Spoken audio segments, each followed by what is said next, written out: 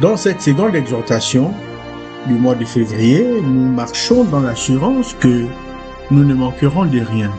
Dieu veut transformer quelque chose de très précis en nous, notre manière de penser. Le manque ne commence presque jamais dans la main, il commence dans la pensée.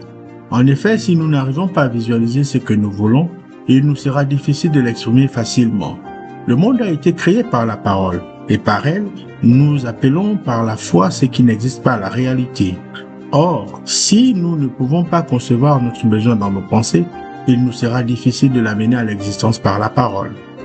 Car le plus souvent, nous ne nous attachons pas à ce que nous croyons, mais plutôt à ce que nous voyons.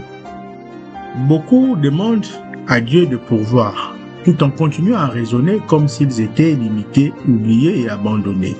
Pourtant, la parole déclare, « Lui qui n'a point épargné son propre Fils, mais qui l'a livré pour nous tous, comment ne nous donnera-t-il pas aussi toutes choses avec lui ?» Romains 8, verset 32.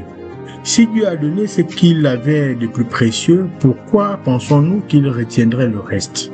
La mentalité de manque est une contradiction de la croix. Rappelons-nous Sarah, la femme d'Abraham.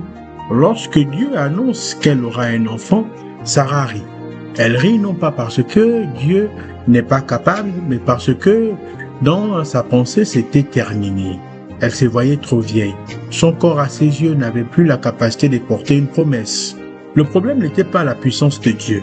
Le problème était l'image qu'elle avait d'elle-même. Sarah vivait dans une mentalité de manque. Manque de capacité, manque de possibilités, manque d'avenir. Alors que Dieu lui parlait déjà d'accomplissement. Et c'est exactement ce que Dieu veut corriger en nous. Retenons ce processus simple de création qui brise cette mentalité de limitation. Toute chose se conçoit dans la pensée. La pensée influence la croyance guide nos actions et nos actions déterminent notre réalité. C'est ce que nous pensons qui devient notre réalité. Alors, déclarons ensemble, je confesse que mon Dieu est un Dieu d'abondance. Je confesse que je ne vivrai plus avec une mentalité de manque. Je confesse que parce que Dieu a donné Jésus, tout le reste m'est déjà donné. Je confesse que je suis connecté à la source et non aux circonstances. Je confesse que je ne manquerai de rien.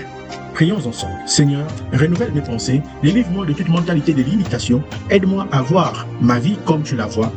Apprends-moi à vivre dans la confiance paisible de ta provision, même quand mes yeux ne la voient pas encore. Déracine en moi toute peur cachée et remplis mon cœur de la certitude que tu es un Père qui pourvoit à tous mes besoins. Au nom de Jésus. Amen.